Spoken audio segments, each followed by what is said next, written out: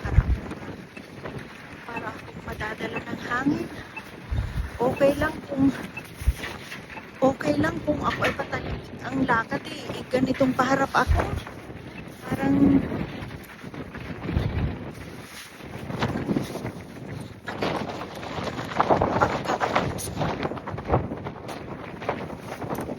sa elepante. Ay, Ginoo Inday.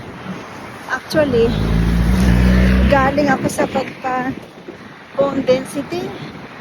Nagpa-bone density ako ngayon. Natapos na yung appointment ko, guys. Tapos ako ay maglalakad na lang. Kaya, kasi maganda, ngayon lang gumanda ang panahon. Pero ito naman nga ang nangyari. Daig ko pang nakikipag